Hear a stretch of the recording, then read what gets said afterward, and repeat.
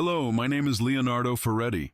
I'm 48 years old, and what I'm about to share with you tonight will shatter everything you thought you knew about the invisible world surrounding us. For 22 years, I was a professional photographer for some of Italy's most prestigious magazines: Vanity Fair Italia, L'Espresso, Panorama, and I had photographed 241 faces. Yes, I kept count, because I was obsessed with capturing the external image while completely ignoring the internal soul. Until May 15, 2006, when a 15-year-old boy with leukemia looked directly into my camera lens during what was supposed to be a routine magazine assignment and told me 3 specific secrets about my future that were absolutely impossible for him to know. Secrets that would come true with terrifying precision exactly as he predicted them, one by one. Brother, sister, before you dismiss this as another dramatic Italian storytelling exaggeration, let me be brutally transparent with you. I wasn't religious, I wasn't spiritual, I openly mocked people who attended Mass. To me, faith was psychological weakness for those who couldn't handle the harsh randomness of existence. I had photographed cardinals, bishops, even met the Pope twice on professional assignments, and felt absolutely nothing except technical concern about lighting conditions and composition angles. But what this teenage boy with a shaved head from chemotherapy told me on that spring afternoon in Milan, while I adjusted my Canon EOS 5D settings in a hospital chapel bathed in stained glass light, defies every rational explanation I've constructed during my entire cynical career. Tell me something. Where are you watching this right now? From your living room, maybe during your lunch break, or perhaps lying in bed scrolling through your phone before sleep? It doesn't matter where you are physically, but if this story touches something deep inside your chest that you've been ignoring for years, please subscribe to this channel right now and hit that notification bell, because I have many more true stories that will absolutely transform how you see reality itself. And now, let me tell you exactly what happened when death visited my soul long before it could visit my body. And a teenage saint with a laptop and worn-out Nike sneakers showed me the way back to life. My obsession with capturing images without caring about souls began in 1984, when I was just 19 years old and had received my first professional camera, a Nikon FM2, as a graduation gift from my uncle Roberto, who owned a small photography studio in the Brera district of Milan. I was a young man consumed by artistic ambition, convinced that truth existed only in what could be captured on film emulsion or digital sensors. I came from a middle-class Milanese family that lived in a respectable but modest apartment building near Porta Venezia, where the aroma of my mother's risotto alla Milanese mixed every evening with the sounds of Vespas buzzing past our third-floor balcony. My father, Alessandro Ferretti, was a high school mathematics teacher at Liceo Classico Bercei, one of Milan's oldest and most prestigious public schools. He had precise handwriting that filled blackboards with geometric proofs and algebraic equations with almost religious devotion. He was a man of absolute rationality, who believed that everything in the universe could ultimately be explained through numbers, formulas, and logical deduction. When I announced at age 18 that I wanted to pursue photography instead of engineering as he had hoped, he was deeply disappointed but ultimately supportive in his reserved intellectual way. My mother, Giuliana Ferretti, worked part-time as a librarian at the Biblioteca Sormani, Milan's central public library, a beautiful neoclassical building where she spent her days organizing books and helping students find research materials. She had soft hands that smelled perpetually of old paper and leather book bindings, and a gentle voice that could calm even the most stressed university student searching desperately for obscure references. She was the emotional anchor of our family, the one who would leave little handwritten notes in my camera bag saying, "Capture beauty today, my Leonardo," before I left for professional assignments. I was the middle child of 3 siblings, positioned between 2 extremes of personality and life choices. My older sister, Valentina, 29 years old in 1984, had married young to a successful architect named Stefano Lombardi and lived in a beautiful modern apartment near the Navigli canals, hosting elegant dinner parties where intellectuals discussed contemporary art and Italian politics over expensive Barolo wine and artisanal cheeses. She was sophisticated, polished, everything I both admired and secretly resented about upper-middle-class Milanese society. My younger brother Matteo, only 16 in 1984, was the family rebel who had dropped out of school to pursue his passion for motorcycles and rock music. He worked as a mechanic at a Ducati dealership, spending his evenings playing bass guitar in a punk band called I Disperati that performed in grimy underground clubs in the Nolo neighborhood. My parents worried constantly about his future, but I secretly envied his absolute freedom and refusal to conform to societal expectations about success and respectability. As for me, I positioned myself as the family artist, the sensitive middle child who saw the world through compositional frames and lighting ratios. Photography became my obsessive language, my way of making sense of chaos by freezing moments into controllable rectangular images. I spent my late teens and early 20s haunting the streets of Milan with my camera, shooting everything compulsively. Homeless people sleeping under the Stazione Centrale arches, elegant women walking their designer dogs in Parco Sempione, immigrant workers eating lunch on construction sites, children playing football in working-class courtyard playgrounds. By 1990, when I was 25, I had built a respectable reputation as a freelance photojournalist, selling images to regional newspapers and smaller magazines. My style was described by editors as brutally honest and unflinchingly realistic.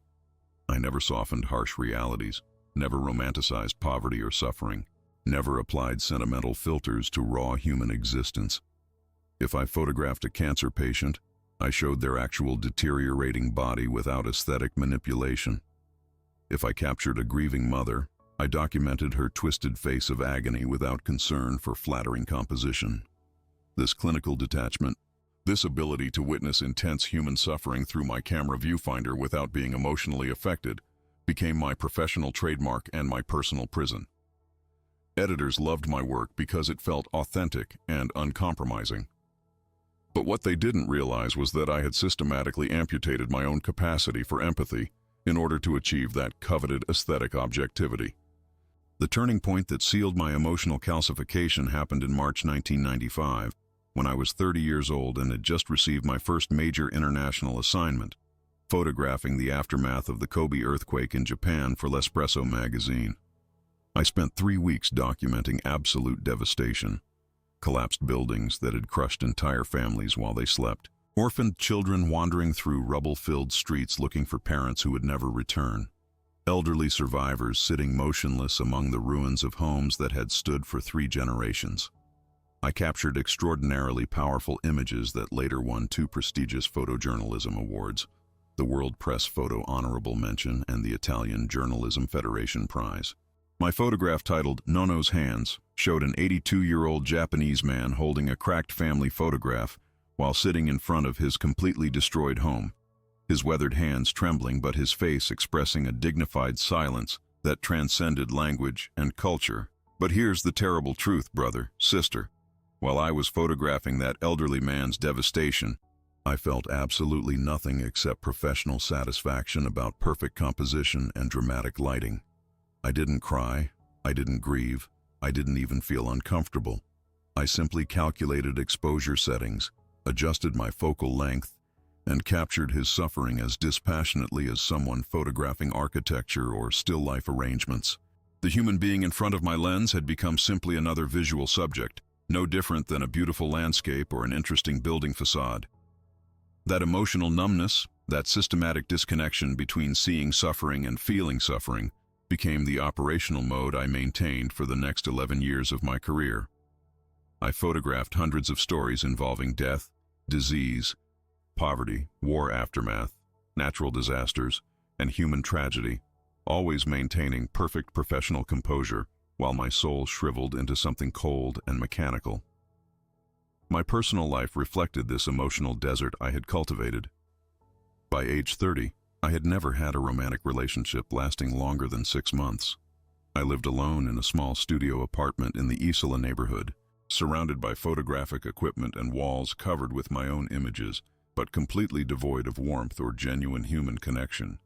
My family saw me maybe 4 times per year during obligatory holiday gatherings, where I would arrive late, leave early, and contribute minimal conversation while checking my phone for assignment emails. I had systematically convinced myself that emotional detachment was artistic sophistication, that caring less made me see more clearly, that maintaining clinical distance gave me unique professional advantages over sentimental photographers who let feelings compromise their work. I was proud of my reputation as the photographer who never flinched, never wavered, never let human empathy distort objective documentation of reality. Until May 15, 2006, when everything changed forever during what I thought would be a routine religious assignment, I had accepted only for the generous payment. The call came from Famiglia Cristiana magazine, one of Italy's largest Catholic weekly publications, on May 8th. The editor, Signora Margherita Rossi, explained that they were planning a special issue about modern youth and faith, and wanted to profile several young Italian Catholics who embodied contemporary spirituality. One of their featured subjects was a 15-year-old boy named CARLO ACUTIS, who was currently hospitalized with leukemia, but had gained some attention in Catholic circles for creating a website documenting Eucharistic miracles around the world. "We need someone who can photograph him sensitively but authentically," Signora Rossi explained over the phone. "Not too sentimental, not exploitation of his illness, just real documentation of a remarkable young person. You came highly recommended because you don't do religious kitsch." I accepted the assignment immediately, not because I cared about the subject matter, but because Famiglia Cristiana paid exceptionally well, and I needed the money to upgrade my camera equipment. I scheduled the photo session for May 15th at 2:30 p.m. at the Ospedale San Raffaele, where Carlo was receiving treatment. The plan was simple. Spend maybe 90 minutes photographing him in the hospital chapel and his room, capture some inspirational youth despite illness images, collect my €500 fee, and move on to my next assignment. I arrived at the hospital that Tuesday afternoon with my usual professional equipment, 2 camera bodies, 4 lenses, portable lighting kit, light meter, backup batteries, memory cards. I was dressed in my typical working uniform, black jeans, black t-shirt, black leather jacket, comfortable Adidas sneakers. I wore my shoulder-length dark hair pulled back in a small ponytail and had a 2-day stubble that I maintained carefully to project an artistic but not sloppy image. At 41 years old, I still looked relatively young, fit from cycling around Milan, with only a few gray hairs beginning to appear at my temples. The hospital coordinator, a kind middle-aged woman named Lucia, met me at the reception desk and escorted me through sterile corridors to the pediatric oncology ward on the 4th floor. "Carlo is very excited about the photo session," she told me as we walked. "He's such a special boy. You'll see immediately what I mean." We entered the hospital chapel first, a small intimate space with maybe 15 wooden pews, a simple altar, and beautiful stained glass windows that cast colored light patterns across the floor when the afternoon sun hit them at the right angle. And there, sitting in the front pew with a laptop computer on his knees, typing rapidly despite being connected to a portable IV pole, was CARLO ACUTIS. He looked up when we entered, and brother, sister, I swear to you on everything I hold sacred, his eyes contained a light that had nothing to do with the stained glass reflections. They were deep brown eyes that seemed to look directly past my professional photographer persona, straight into the damaged core of who I actually was.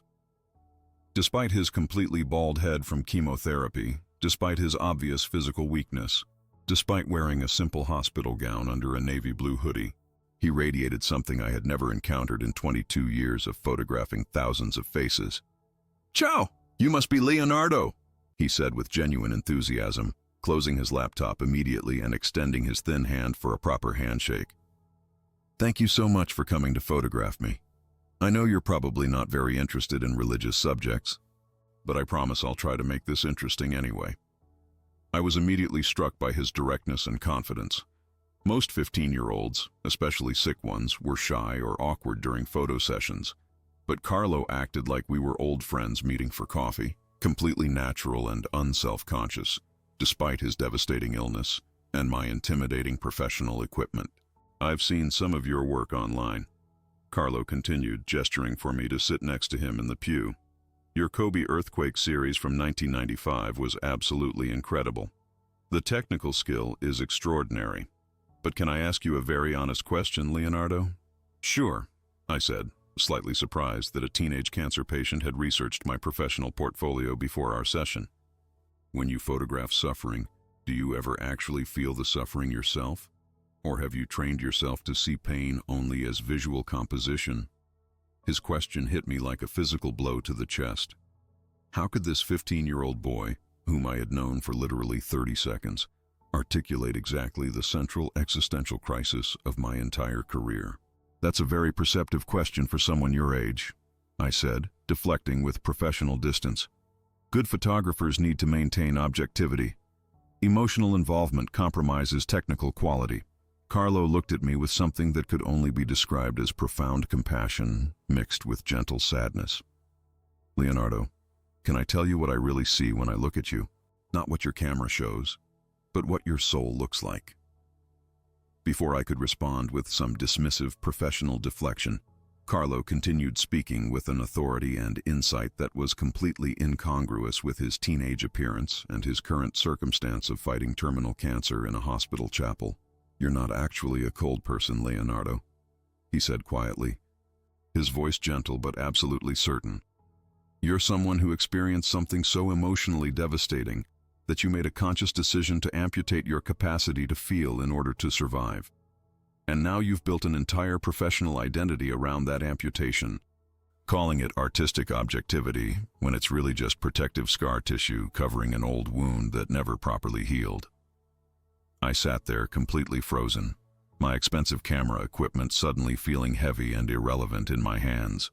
You don't know anything about me, I said defensively, though my voice lacked conviction even to my own ears. I know that 16 years ago, someone you loved very much died, and you blamed yourself irrationally for their death. Carlo said with that same gentle certainty. I know that you stopped going to church, stopped talking to God, stopped believing in anything beyond the physical world you could capture through your camera lens. I know that you've been sleepwalking through life professionally successful but spiritually dead, convincing yourself that emotional detachment is wisdom when it's actually just slow suicide of the soul. My hand started trembling slightly.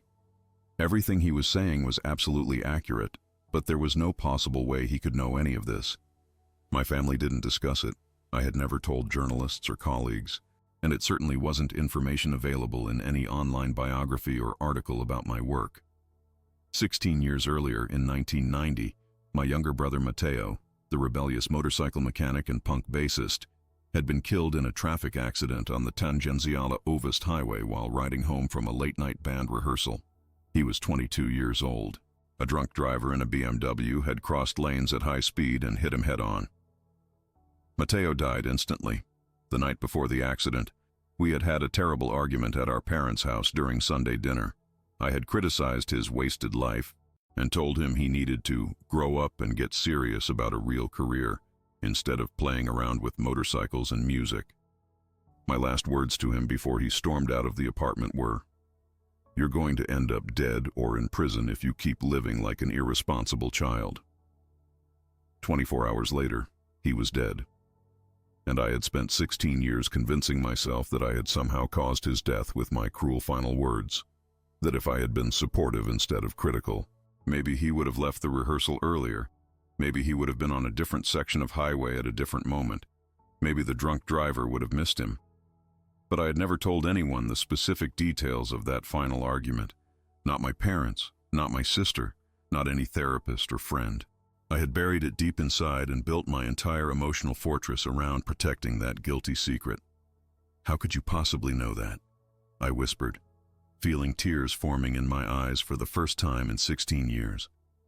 Because Jesus told me during morning mass, Carlo said simply, as if this was the most natural source of information imaginable.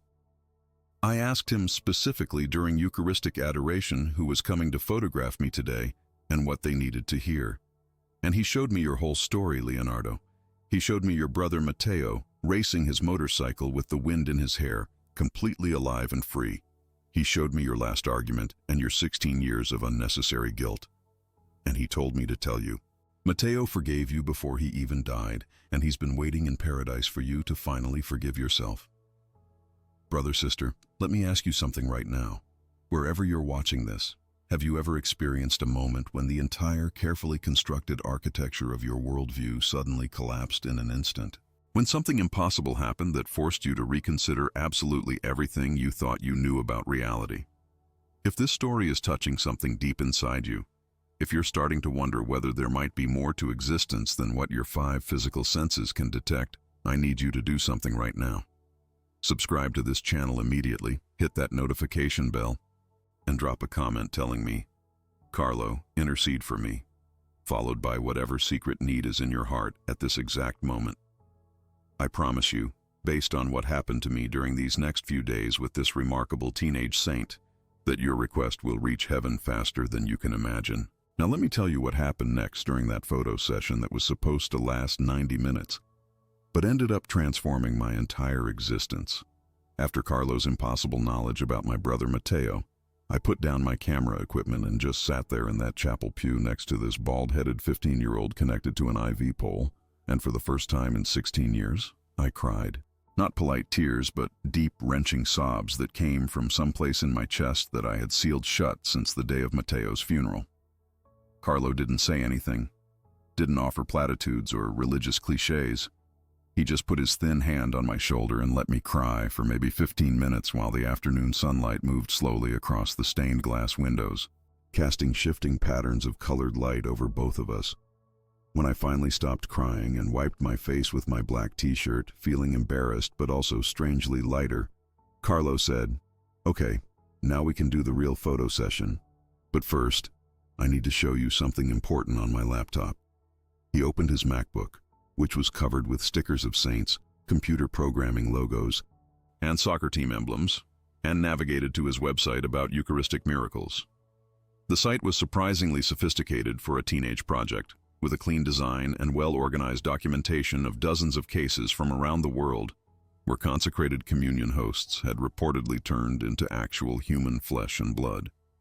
"This is what I've been working on for the last 3 years," Carlo explained with genuine enthusiasm, clicking through pages showing photographs and scientific documentation from Lanciano, Italy, Buenos Aires, Argentina, Sokolka, Poland, and many other locations. These are all scientifically verified cases where the Eucharist has physically transformed into cardiac tissue. Laboratory analysis shows it's always human myocardium tissue from the left ventricle of a heart under extreme suffering. Despite my skepticism, I found myself genuinely interested in the quality of documentation he had assembled. "How did you gather all this information?" I asked, my professional photographer instincts analyzing the images on his screen. "Research, Leonardo," he said with a mischievous grin. "I'm a pretty good hacker when I need to be. I've contacted laboratories, churches, bishops, scientists all over the world. I taught myself web design and PHP programming to build this site. God gave me a talent for computers, and I'm using it to show the world that Jesus is really, truly present in every consecrated host. Not symbolically, not metaphorically, physically, actually, scientifically present. His passion was completely genuine and infectious. This wasn't a naive kid blindly accepting religious dogma. This was an intelligent, tech-savvy teenager who had investigated his faith with the same rigorous curiosity he applied to computer programming. "Can I photograph you working on this?" I asked, picking up my camera again, but this time with a completely different intention. I wasn't thinking about magazine composition requirements or professional portfolio editions. I simply wanted to document this remarkable boy's passion and intelligence. "Of course," Carlo said happily. "But first you need to understand why this work matters so much to me." For the next hour, as the afternoon light gradually changed in that small hospital chapel, Carlo talked to me about his faith with an articulateness and depth that would have been impressive in a theology professor, much less a 15-year-old fighting leukemia. He explained that he had been attending daily mass since he was 7 years old, not because his parents forced him, but because he had personally experienced Jesus' presence in the Eucharist as tangibly real. "It's not abstract faith, Leonardo," he said earnestly. "When I receive communion, I physically feel Jesus entering my body, filling me with light and strength. The Eucharist is literally the only reason I can maintain joy while dealing with this cancer." He talked about his love for his dog, Briciola, a golden retriever who he missed terribly during his hospital stays. "Animals teach us about unconditional love," he said. "Briciola doesn't care that I'm bald from chemo or that I'm sick. She just loves me completely, exactly the way God loves us." He showed me pictures on his phone of Briciola, and also photos of himself before the leukemia, a handsome teenage boy with curly brown hair, wearing jeans and Nike sneakers, looking absolutely normal and healthy. It was heartbreaking to see the contrast with the gaunt, bald boy sitting next to me now. But Carlo himself showed no self-pity whatsoever. "I'm going to die soon," he said matter-of-factly, closing his laptop and looking directly at me with those penetrating brown eyes. "October 12th, to be precise, at 6:45 in the morning. But Leonardo, I need you to understand something absolutely crucial. Death is not an ending. It's a beginning. It's like being born from one room into an infinitely larger, more beautiful room. I'm not afraid at all. I'm actually kind of excited." I felt my throat tighten again. "Carlo, don't talk like that. You're only 15 years old. Medical treatments improve every day. You might—" "Leonardo," he interrupted gently but firmly, "I'm not in denial, and I'm not being pessimistic. I'm telling you what Jesus showed me during Eucharistic adoration 3 days ago. October 12th at 6:45 a.m. But before I go, I have very specific work to do, and part of that work involves you." "What do you mean?" I asked, feeling simultaneously skeptical and strangely hopeful. "God has a plan for you that's much bigger than taking photographs for magazines," Carlo said with complete certainty. "But first, you need to learn how to see people as souls, instead of just visual subjects. You need to let your heart break open instead of staying protected behind your camera lens. You need to remember that every person you photograph is someone Jesus died for, someone infinitely precious and irreplaceable." For the remaining time of that photo session, I photographed Carlo in the chapel, then in his hospital room, then walking slowly through the hospital corridors with his IV pole. But everything was different now. I wasn't mechanically capturing images for a magazine assignment. I was trying to document something much deeper, the inexplicable joy and wisdom radiating from this dying teenage boy who somehow knew secrets about my soul that no one should have known. When I finally packed up my equipment around 6 p.m. and prepared to leave, Carlo grabbed my hand and said, "Leonardo, I need you to promise me something. Come back tomorrow at the same time. There are 3 specific things I need to tell you before I die. 3 prophecies about your future that will prove to you beyond any doubt that God is absolutely real and that He has a beautiful plan for your life." I promised I would return, though part of me wondered if this was healthy for a dying teenager to be focusing on a cynical photographer instead of his own family and final days.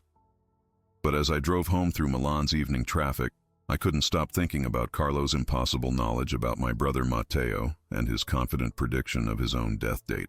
That night, for the first time in 16 years, I knelt beside my bed in my empty studio apartment and tried to pray, though I wasn't even sure if I remembered how. I returned to the hospital the next day, May 16th, arriving promptly at 2:30 p.m. with my camera equipment, though I had already decided that this visit wasn't really about photography anymore. Something profound had shifted in me during the previous 24 hours since meeting Carlo. I had spent the entire night lying awake in my apartment, unable to stop replaying our conversation, unable to dismiss his supernatural knowledge about Matteo, unable to shake the feeling that this 15-year-old was somehow seeing into dimensions of reality I had spent my entire adult life denying existed. When I entered Carlo's hospital room on the 4th floor, I found him sitting cross-legged on his bed, surrounded by papers covered with handwritten notes, his laptop open, and several religious books stacked beside him. Despite the chemo IV still connected to his arm and his obvious physical weakness, he looked energized and focused, like a young scholar deep in important research. "Leonardo, I've been waiting for you," he said with that characteristic bright smile that seemed to ignore completely the reality of his terminal illness. "I spent all night in prayer asking Jesus to show me exactly what to tell you. Sit down, please. This is going to take a while." I pulled up the visitor's chair next to his bed and set my camera bag on the floor, though I didn't take any equipment out yet. "You should have been sleeping instead of staying up all night," I said with concern. You need rest to fight the cancer." Carlo laughed, a clear, musical sound that filled the sterile hospital room with unexpected warmth. "Leonardo, I told you already, I'm not fighting the cancer anymore. The doctors put me on palliative care 3 days ago. My body is shutting down, but my soul has never been more alive. Now listen carefully, because what I'm about to tell you will sound completely impossible, but every single word will come true exactly as I describe it." He picked up one of his handwritten papers, covered with neat Italian script and small sketches in the margins. "Jesus showed me your next 20 years during Eucharistic adoration this morning at 6 a.m. He gave me permission to share 3 specific prophecies with you, not to manipulate your free will, but to prove his existence and his love for you so powerfully that you'll never doubt again." I felt a chill run down my spine despite the warm May afternoon sunlight streaming through the hospital window. "Carlo, I don't know if I believe in prophecies or—" "You don't have to believe yet," he interrupted gently. "Just listen, remember, and watch what happens. That's all I'm asking." He consulted his handwritten notes and then looked at me with those penetrating brown eyes that seemed far older than his 15 years. "First prophecy, exactly 17 days after I die, which will be October 29th, 2006, you will receive a phone call from National Geographic magazine offering you the assignment of your lifetime. They want to send you to document the Franciscan communities in Assisi for a major feature story about modern monasticism. You will initially refuse this assignment because you'll be too depressed after my death and still processing everything that happened between us." I opened my mouth to protest, but Carlo raised his hand to stop me. "Let me finish all 3 prophecies first, then you can react." He continued, reading from his notes. "But on November 3rd, you will have a dream about your brother Matteo. In this dream, he will be standing in a field of sunflowers, completely healthy and happy, and he will tell you, 'Go to Assisi, Leonardo. That's where you'll find what you lost when I died.' When you wake up, you'll immediately call National Geographic and accept the assignment." During that assignment in Assisi, on November 18th, 2006, you will photograph a Franciscan nun named Sister Teresa Marchetti, who is 34 years old and has been in religious life for 12 years. But what you don't know yet is that Sister Teresa is actually going to leave religious life in January 2007 because she has discerned that her vocation is not to be a nun, but to be a wife and mother. And Leonardo, she is the woman you're going to marry. I literally laughed out loud at this. "Carlo, that's absurd. I'm 41 years old. I've never been in love. I have no interest in marriage or family. And you're telling me I'm going to marry a nun? That's completely impossible." Carlo smiled knowingly. "That's exactly why it's a prophecy instead of a prediction. Anyone could predict likely outcomes based on your current life patterns. But God specializes in impossible transformations. Your marriage to Teresa will happen on October 12, 2009, exactly 3 years after my death. You'll have 2 daughters. The first will be born in July 2010, and you'll name her Carla, after my mother. The second will be born in December 2012, and you'll name her Lucia, after the hospital coordinator who introduced us." I sat there shaking my head in disbelief, but Carlo wasn't finished. "Second prophecy," he continued, flipping to another page of notes. "After my death and after you meet Teresa, you're going to experience a complete professional transformation. You will stop working for magazines and become a different kind of photographer entirely. Starting in 2008, you will begin documenting the lives of terminal patients and their families, creating an extraordinary photo series that you'll call The Light Before Darkness. This project will take you 12 years to complete. You will photograph exactly 157 people during their final months of life. Cancer patients, elderly people in hospice, children with terminal illnesses, accident victims in their last days. But unlike your previous work, Leonardo, you won't photograph them with detachment. You'll photograph them with love. Every image will be an act of witness, of honoring, of saying, your life matters, your suffering matters, you are seen and you are precious. My eyes filled with tears as he spoke, because I could feel the truth of his words resonating in some deep place I didn't fully understand yet. This photography project will be exhibited in major museums around the world. The Victoria and Albert Museum in London in 2015, the International Center of Photography in New York in 2017, and finally at the Vatican Museums in 2019. During the Vatican exhibition, you will meet Pope Francis personally, and you will tell him about me, about our conversation in this hospital room, and the Holy Father will say to you, "Carlo saw you with the eyes of Christ before you could see yourself that way." Carlo paused to take a sip of water from the cup on his bedside table, his thin hands trembling slightly with weakness, but his voice remained strong and certain. "Third prophecy," he said, looking at me with particular intensity. "This is the most important one, Leonardo, because it involves your ultimate purpose in life. In the year 2020, exactly 14 years after my death, I will be beatified by the Catholic Church in Assisi on October 10th. You will attend my beatification ceremony with your wife Teresa and your 2 daughters, and you will photograph the entire event. But that's not the extraordinary part. The extraordinary part is what happens afterward. Following my beatification, you will create a photographic exhibition specifically documenting modern miracles attributed to my intercession. You will travel around the world interviewing and photographing people who have experienced healings, conversions, impossible circumstances that changed after they prayed to me. This exhibition will be called The Teenager Who Sees Everything, and it will travel to 47 countries over 5 years. Through this work, Leonardo, you will help bring thousands of people back to faith in Jesus. Your photographs will do what religious arguments and theological treatises cannot. They will show the undeniable reality of divine intervention in ordinary human lives. Your art, which you once used to document suffering without caring about souls, will become a powerful instrument of evangelization that touches hearts in ways that words never could. Carlo set down his papers and reached out to take both of my hands in his. His grip was weak but steady, and I could feel his skin burning with low fever from the cancer ravaging his body. "Leonardo, I'm telling you these 3 prophecies not to amaze you with supernatural knowledge, but to prepare you for the transformation that's coming. When each of these prophecies comes true exactly as I described, and they will, I promise you, I need you to remember that they're proof of God's personal love for you specifically.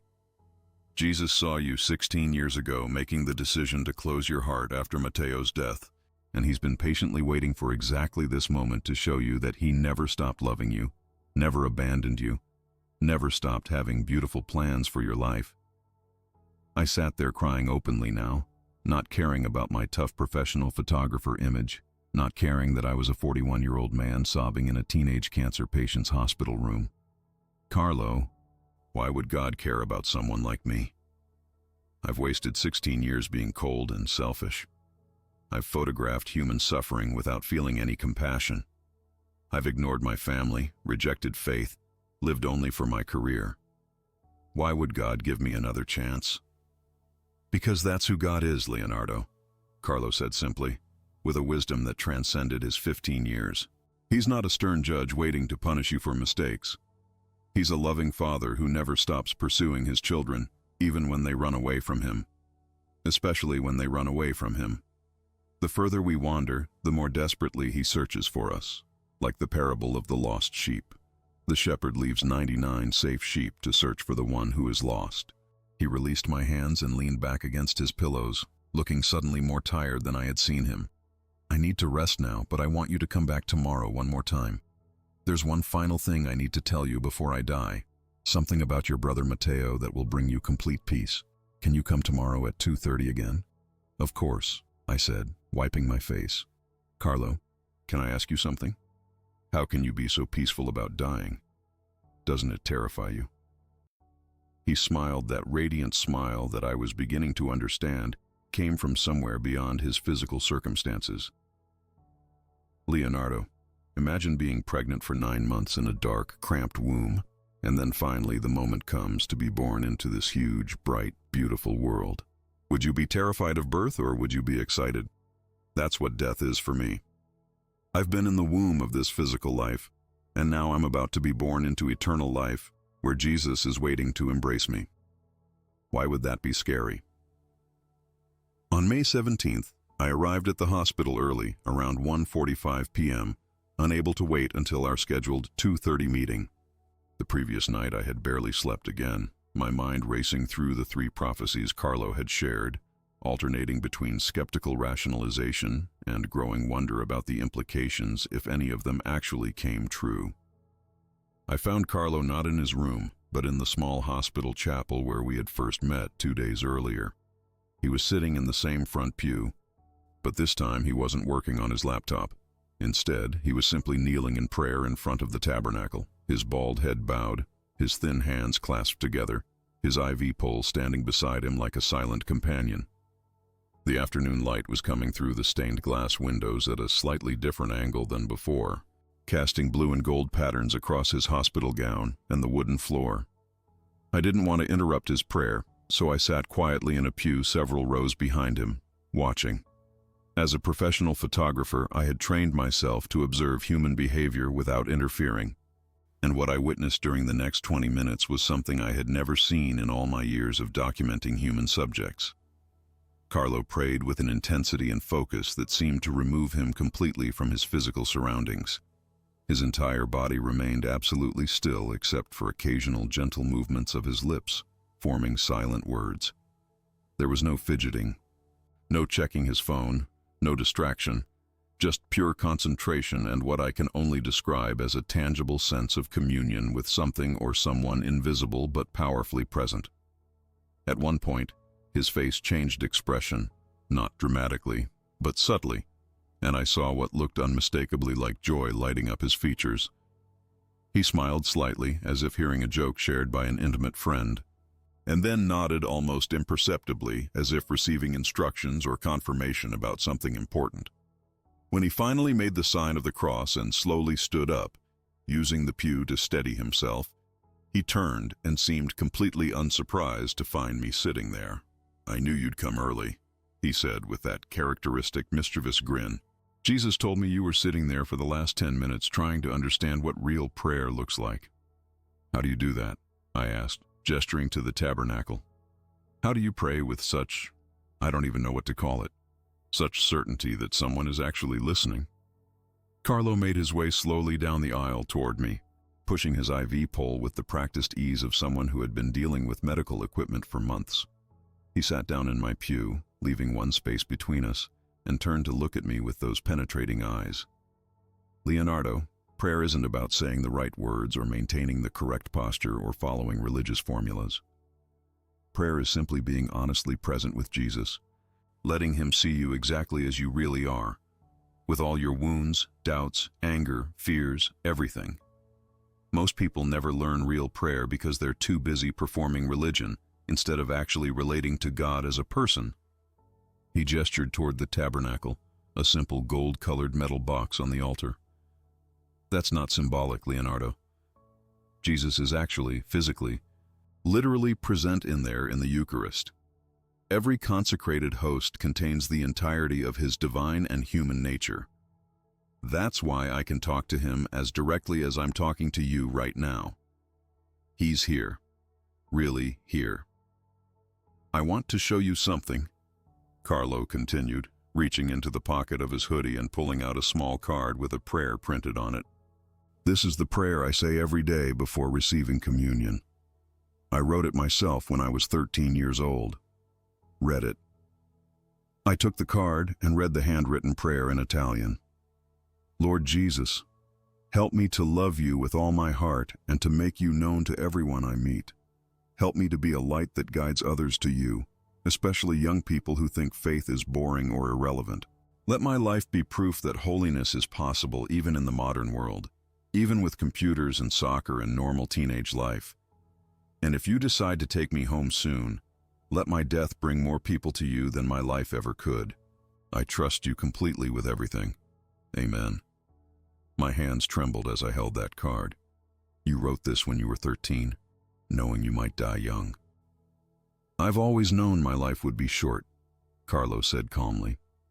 "I can't explain how I knew, maybe intuition, maybe God preparing me gradually, but I've felt since I was very young that I wouldn't grow old in this world.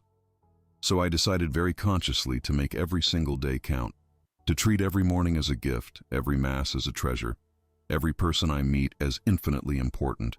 That's why I'm not afraid, Leonardo. I haven't wasted my life. I've lived it fully, intensely, purposefully, even if it's only been 15 years.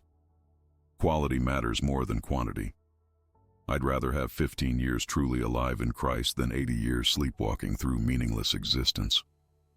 We sat in silence for a few minutes, the only sound being the distant hum of hospital machinery and occasional footsteps in the corridor outside. Finally, Carlo spoke again, his voice softer now, more intimate. Leonardo, I promised I would tell you something about Matteo today. Something that will bring you complete peace about his death. My chest tightened. How can there be peace about something so terrible? Because you've been carrying a false belief for 16 years that has poisoned your entire life, Carlo said gently. You believe that your angry words the night before his death somehow caused his accident. You believe that if you had been kinder, more supportive, more loving, he might still be alive. You've been torturing yourself with the irrational idea that you had supernatural power over life and death through your words. But Leonardo, listen to me very carefully. Matteo's death had nothing to do with your argument. Nothing. The drunk driver who killed him had been drinking all evening at a bar in Rome and got into his car at 11:37 p.m. Matteo left his band rehearsal at 11:43 p.m. The intersection where they collided was exactly 4 kilometers from where the drunk driver started, and 7 kilometers from Matteo's rehearsal space. Given their respective speeds and routes, they were destined to meet at that intersection at that precise moment, regardless of anything you said or didn't say during dinner the previous night. I stared at him in shock. How can you possibly know those specific details? The police report never released that information. I don't even know those details. Because Matteo told me, Carlo said simply. During my prayer time yesterday morning, Jesus allowed your brother to speak to me. Matteo wanted you to know that he understood you loved him, that your harsh words came from worry, not cruelty, that he forgave you immediately, and that he's been watching over you from paradise for 16 years, grieving at how you've punished yourself unnecessarily. Tears were streaming down my face now. You actually talked to him? I experienced his presence, yes, Carlo said. The communion of saints is real, Leonardo. Death doesn't end relationships, it just changes them. Matteo is more alive now than he ever was on earth. His soul is perfect, healed, joyful, and he wants you to stop carrying guilt that doesn't belong to you and start living the beautiful life God still has planned for you. Carlo reached into his hoodie pocket again and pulled out a small photograph, slightly worn at the edges. He also asked me to give you this. I took the photograph with shaking hands. It was a picture I had never seen before.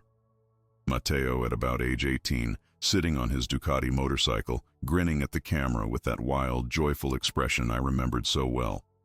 But where had this photo come from? How did Carlo have it? This photograph was in a box of Matteo's belongings that your mother Elena kept but never showed you because she thought it would make you too sad, Carlo explained. She keeps the box in the closet of her bedroom, on the top shelf behind some old blankets. After I die, you're going to visit your parents for the first time in 3 years, and your mother is going to give you that box.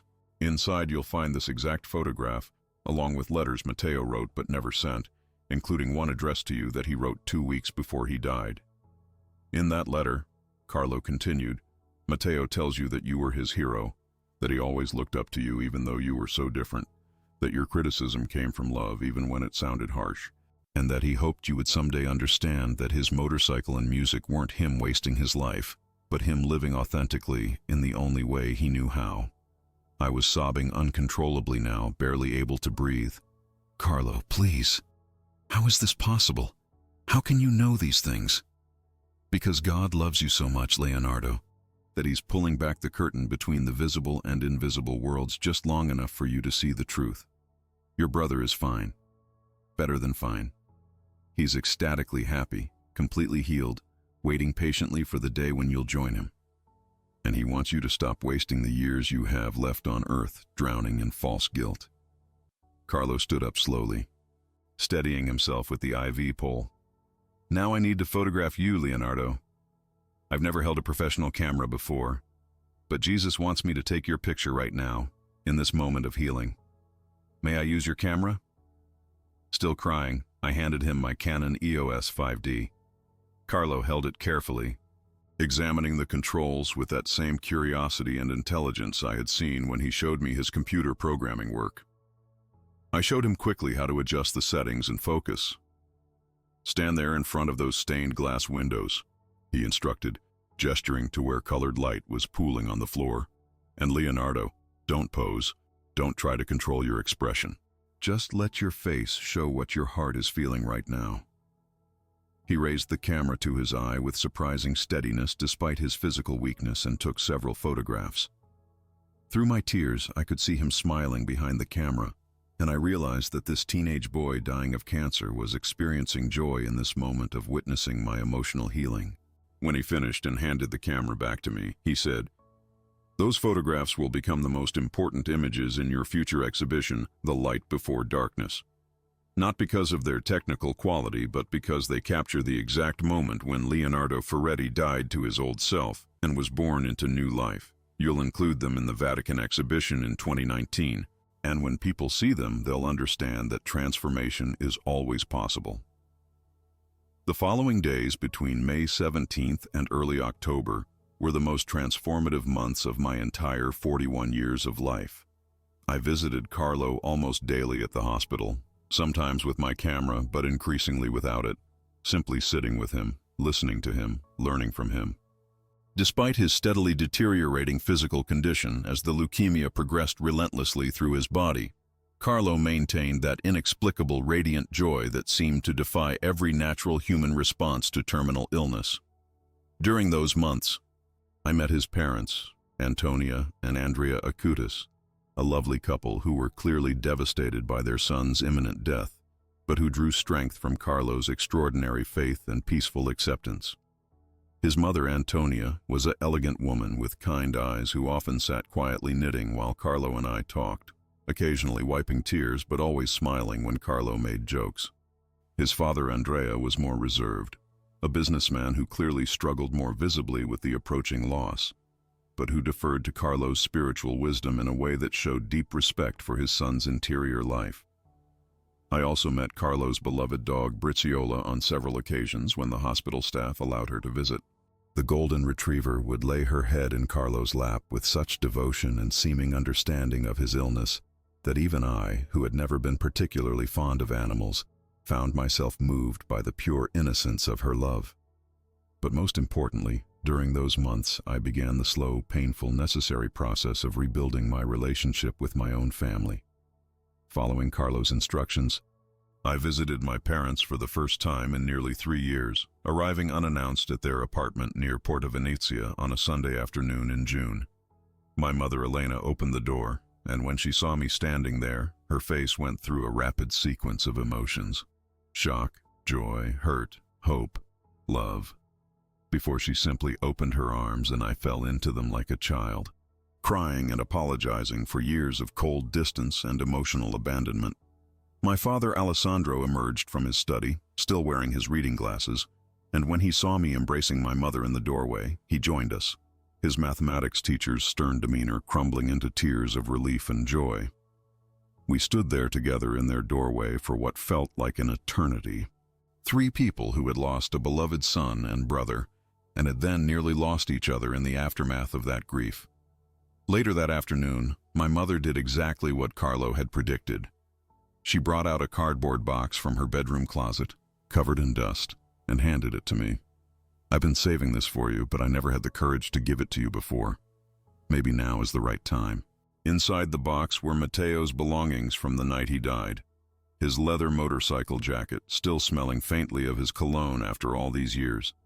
Concert tickets from punk shows, photographs from band rehearsals, and yes, several letters he had written but never sent, including one addressed to me in his messy handwriting. I read that letter in my childhood bedroom while my parents waited quietly in the living room, and every word Carlo had told me was confirmed.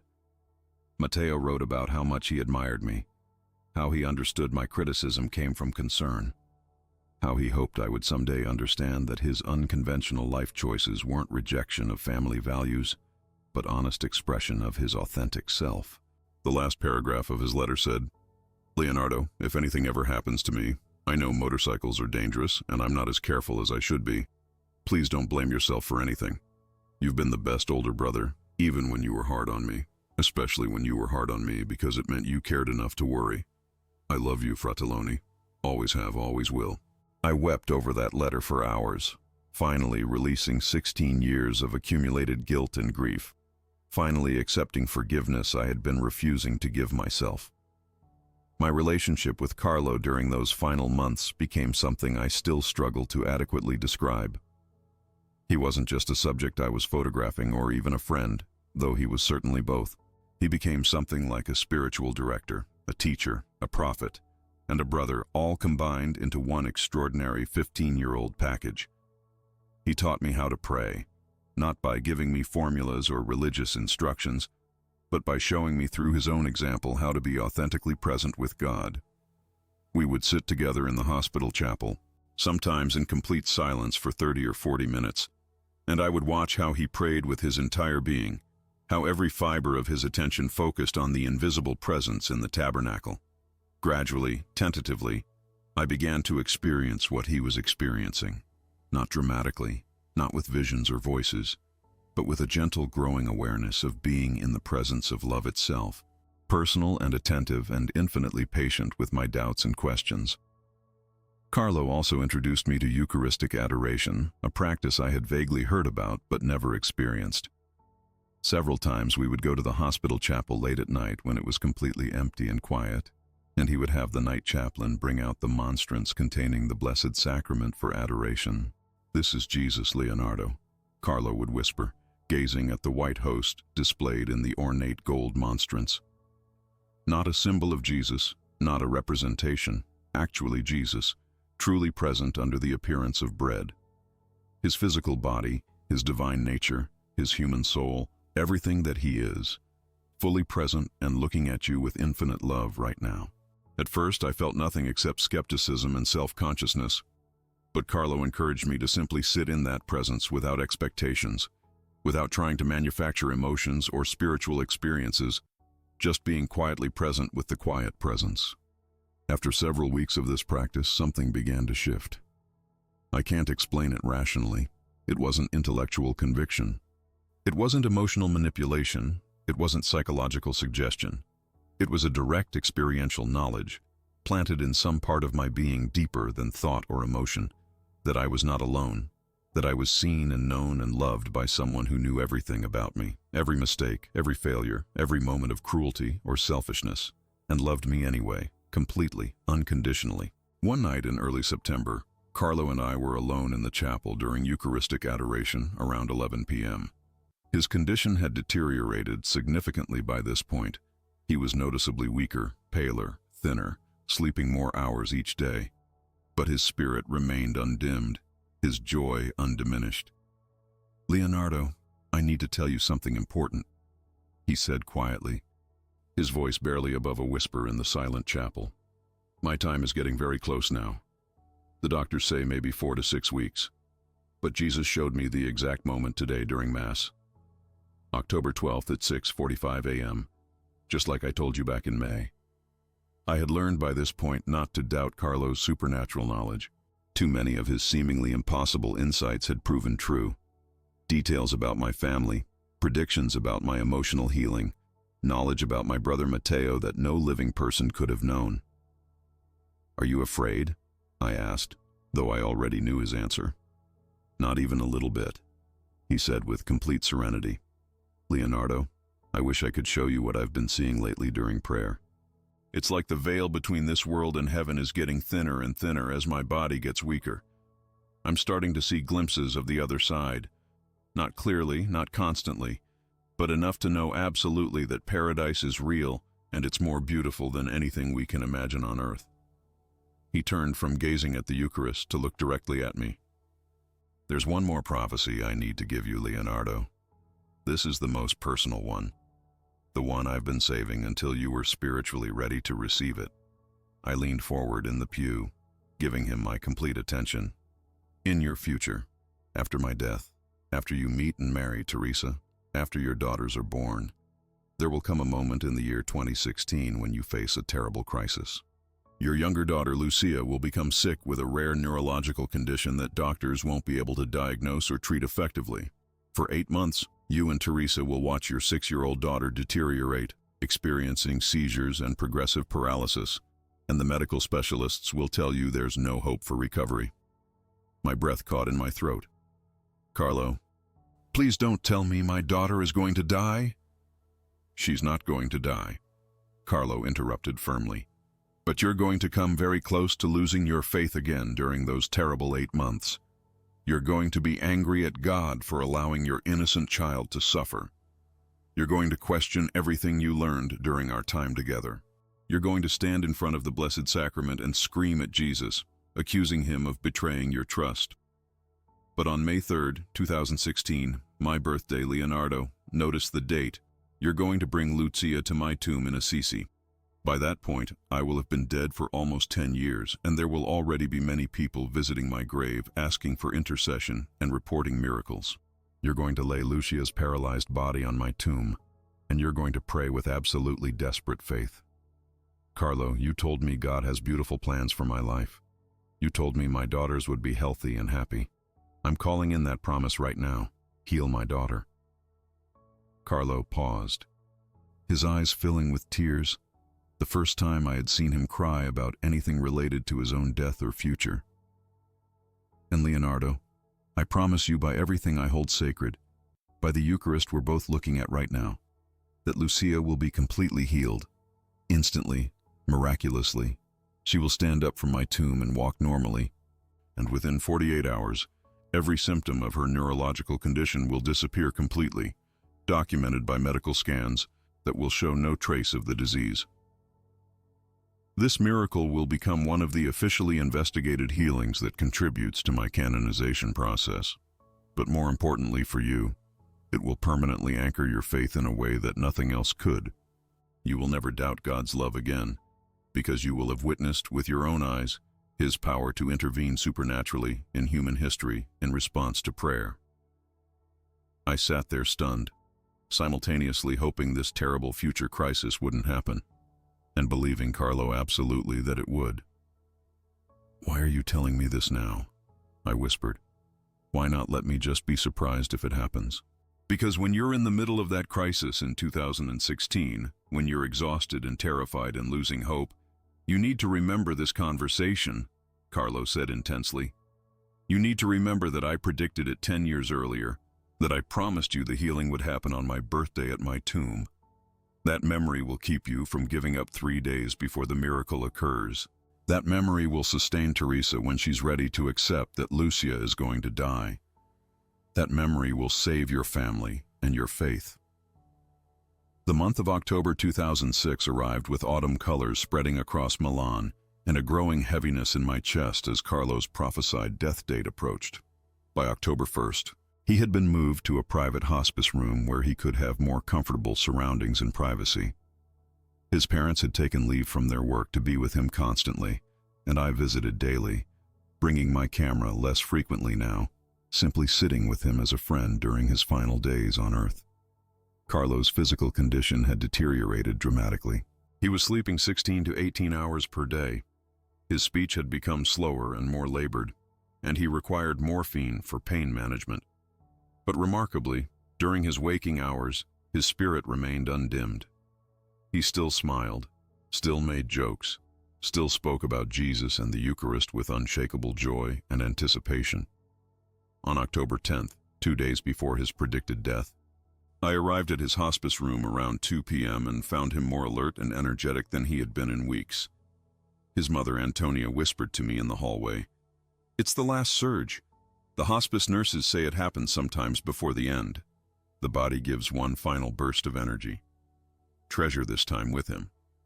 Carlo was sitting up in bed, supported by pillows, wearing his favorite blue hoodie and looking at something on his laptop. When I entered, he closed the computer and gave me that characteristic, brilliant smile. "Leonardo, perfect timing. I asked Jesus to give me enough energy today to say goodbye properly. Sit down. We need to talk about what happens after I die." I pulled a chair close to his bedside, fighting back tears. "Carlo, I don't want you to die. These last 5 months knowing you have been the most important months of my entire life. I can't imagine. Stop, he said gently but firmly. We're not going to have a sad goodbye full of tears and regrets. I'm going home, Leonardo, to the place I've been homesick for my entire life without even realizing it. You should be happy for me, not sad.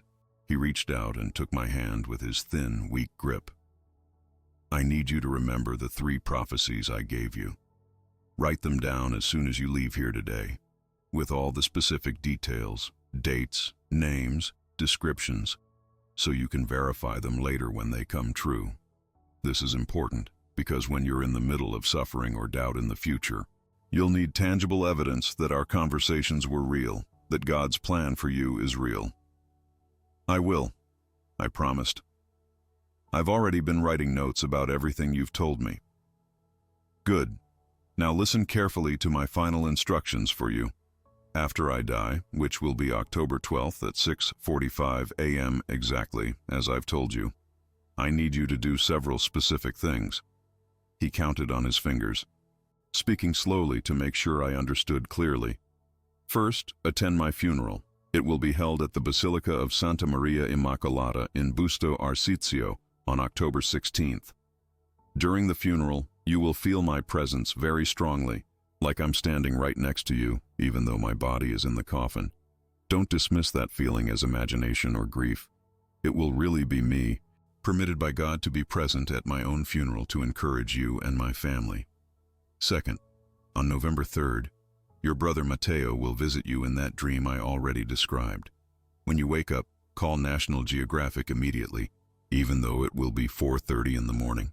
The editor who offered you the assignment is named Richard Sullivan, and he'll appreciate your enthusiasm despite the early hour. Third, when you meet Sister Teresa in Assisi on November 18th, don't try to hide that you're attracted to her.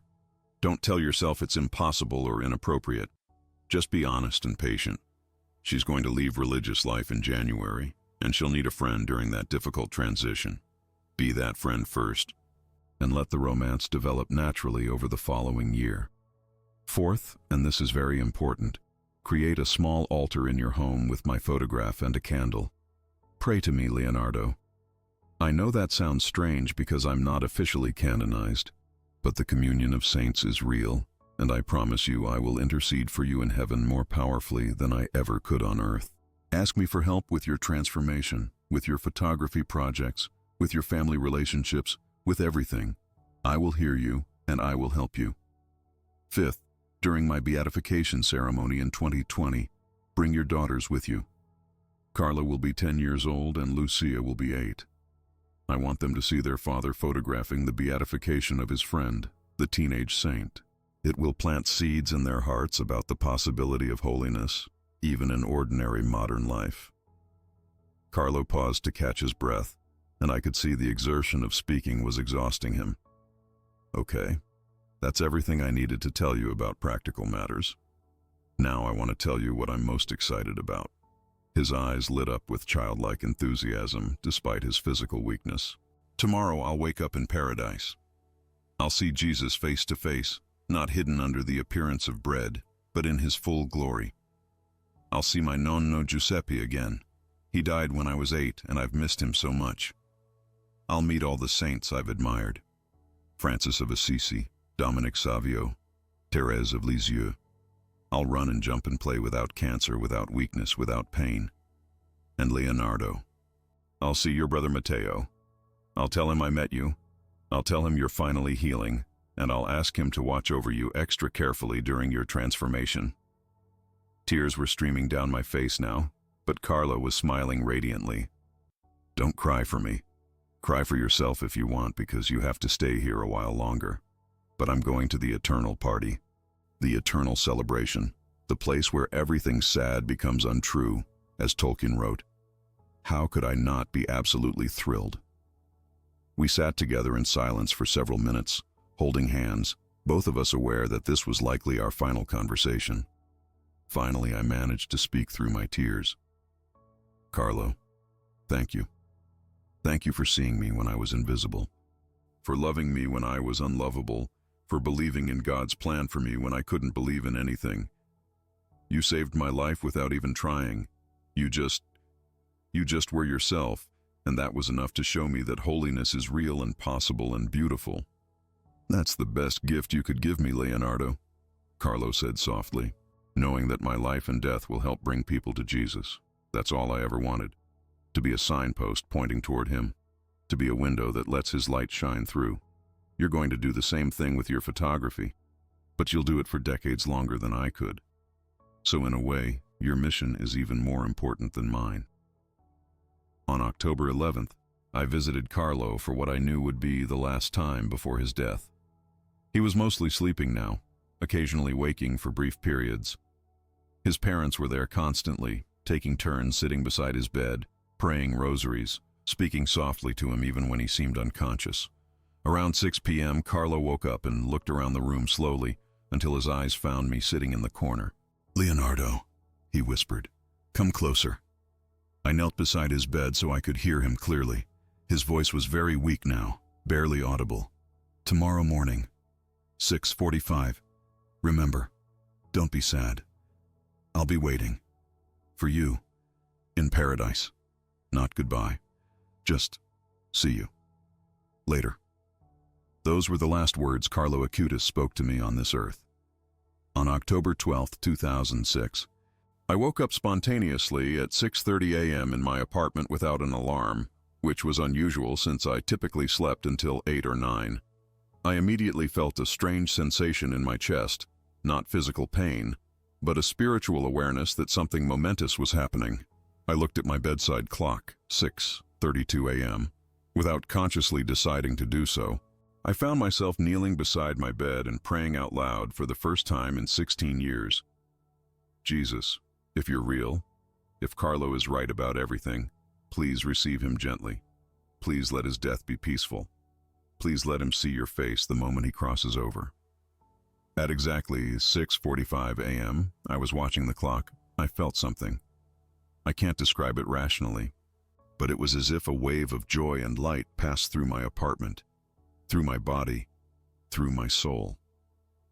I knew with absolute certainty that Carlo had just died and been born into eternal life simultaneously. My phone rang 3 minutes later. It was Antonia Acutis, crying but also somehow peaceful. "Leonardo, Carlo just passed away at 6:45 a.m. exactly as he predicted. He went peacefully, without struggle, with a smile on his face. His last word was, 'Jesus, could you come to the hospice? I know he would want you here.' I arrived at the hospice within 30 minutes. Carlo's body was still in his room, looking serene and somehow even more at peace than he had appeared in life.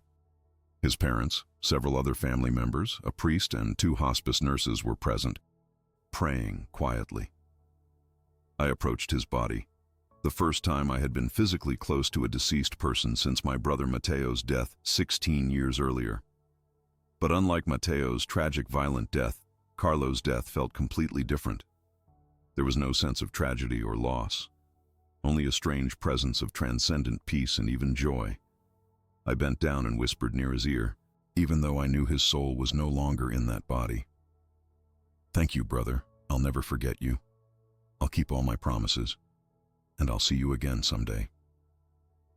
As I straightened up, I felt, and I know how this sounds, but I felt it as clearly as I've ever felt anything.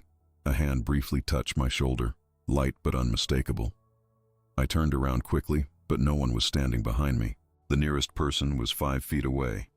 But I knew with complete certainty that Carlo had just touched my shoulder one last time from the other side of the veil, confirming his presence, confirming that death was not an ending, but a transformation, confirming everything he had taught me during our 5 months together.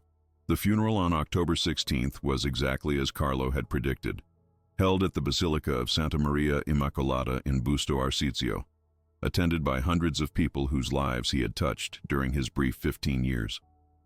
During the Mass, I experienced his presence so tangibly that I kept turning around expecting to see him standing in the pew behind me. In the weeks following Carlo's death, I went through a period of profound grief mixed with spiritual transformation. I mourned my friend, but I also felt him very close, especially during the times I spent in prayer before the Blessed Sacrament as he had taught me. And then, exactly as prophesied, on October 29th, 17 days after Carlo's death, I received a phone call from National Geographic. "Hello? Is this Leonardo Ferretti, the photographer?" The voice on the phone asked in English with an American accent. "Yes, this is Leonardo," I answered, my heart beginning to race as I realized what was happening. "My name is Richard Sullivan. I'm a senior editor at National Geographic magazine. We've been following your work for several years, particularly your documentary series on European subcultures. We're planning a major feature story on modern monasticism, focusing on the Franciscan communities in Assisi, and we'd like to offer you the assignment. Would you be interested?" I stood there in my apartment, phone pressed to my ear, remembering Carlo's exact words from 5 months earlier. Exactly 17 days after I die, which will be October 29th, 2006, you will receive a phone call from National Geographic magazine offering you the assignment of your lifetime. It was October 29th. The editor's name was Richard Sullivan, exactly as Carlo had said, and he was offering me the Assisi assignment. "Mr. Ferretti, are you still there?" Sullivan asked after my long silence. "Yes, I'm here. I'm sorry, this is unexpected timing. Can I think about it and call you back in a few days?" "Of course, but I should mention we're hoping to begin shooting in mid-November, so we'd need your answer relatively soon." After hanging up, I sat on my couch in stunned silence. Carlo's first prophecy had come true with precision accuracy. Every detail matched: the date, the magazine, the editor's name, the subject matter. But I was too heartbroken from his recent death to imagine going to Assisi and working on a major assignment. For the next 4 days, I wrestled with the decision. Then, on the night of November 3rd, exactly when Carlo had predicted, I had the dream. I was standing in a vast field of sunflowers under impossibly blue sky, and there was Matteo, looking exactly as he had at age 22, completely healthy and radiantly happy, wearing his leather motorcycle jacket, and that wild smile I remembered so well. "Leonardo," he called out, running toward me. "I've been waiting so long to talk to you."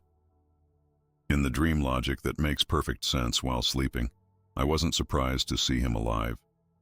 We embraced, and I could feel the solid reality of his body, smell his familiar cologne, hear his laugh. "I've missed you so much," I said, crying. "I'm so sorry for that last argument. I'm so sorry I—" "Stop," Matteo interrupted, exactly as Carlo had done in life. "I forgave you before I even died, Fratelloni. There's nothing to forgive. I never held anything against you. Never. But I need to tell you something important. Go to Assisi, Leonardo. That's where you'll find what you lost when I died. Trust me. Go to Assisi." I woke up at 4:28 a.m. with tears streaming down my face, but also with absolute clarity and peace. I picked up my phone immediately and called Richard Sullivan's office number, not caring that it was 10:28 p.m. in New York. Sullivan answered his cell phone on the third ring, sounding confused. "Hello? Richard, this is Leonardo Ferretti. I'm calling to accept the Assisi assignment. When do you need me to start?" There was a pause, then a laugh. "Well, that's the most enthusiastic acceptance call I've ever received, especially at this hour. Can you be ready to travel by November 15th? And so, on November 17th, 2006, I arrived in Assisi, that beautiful medieval hill town in Umbria, where St. Francis had lived 8 centuries earlier. National Geographic had arranged for me to spend 3 weeks photographing the Franciscan religious communities, both male friars and female nuns, documenting their daily life, prayer, and ministry. On November 18th, exactly as Carlo had prophesied, I was photographing in the chapel of a small Franciscan convent when I first saw her. Sister Teresa Marchetti was 34 years old, had been a nun for 12 years, and was the most beautiful woman I had ever seen in my life. She had an open, intelligent face, warm brown eyes, and a gentleness in her manner that reminded me somehow of Carlo's compassion. She was photographing particularly well, not in a vain way, but in that authentic way where a person's inner beauty radiates through their external appearance. During our first conversation, as I explained the National Geographic project and asked her about her vocation, I felt something I had never experienced before. An immediate, profound connection that went beyond physical attraction into something much deeper. It was as if my soul recognized her soul, as if we had known each other in some previous existence. Over the next 3 weeks in Assisi, I photographed Sister Teresa many times for the article, and we developed an easy friendship. She was articulate, thoughtful, surprisingly funny, and possessed a wisdom about spiritual life that came from genuine experience rather than mere theoretical knowledge. On my final day in Assisi, December 5th, Sister Teresa asked if she could speak with me privately. We walked together through the convent gardens in the cold December afternoon, and she spoke words that changed everything. "Leonardo, I need to tell you something that's very difficult. I've been discerning for the past year, and I've come to the clear understanding that my vocation is not to remain in religious life. I believe God is calling me to leave the convent and pursue a different path, probably marriage and motherhood. I'll be leaving in January. I'm telling you this because I've felt such a strong connection with you these past 3 weeks. And I wanted you to know that I won't be a nun much longer, in case that information matters to you." I stood there in that garden, remembering Carlo's words from 6 months earlier. Sister Teresa is actually going to leave religious life in January 2007 because she has discerned that her vocation is not to be a nun but to be a wife and mother. And Leonardo, she is the woman you're going to marry. "Teresa," I said carefully, my heart pounding. "I've felt that connection too. I didn't want to say anything because you were a nun, and I respected that completely.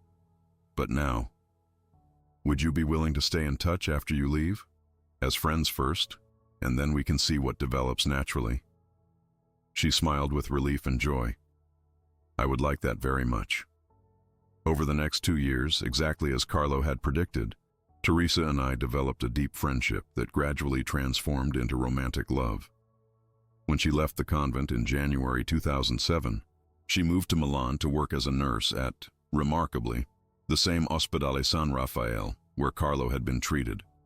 We saw each other regularly, went on long walks through Milan's parks, attended Mass together, and slowly built the foundation for a life partnership.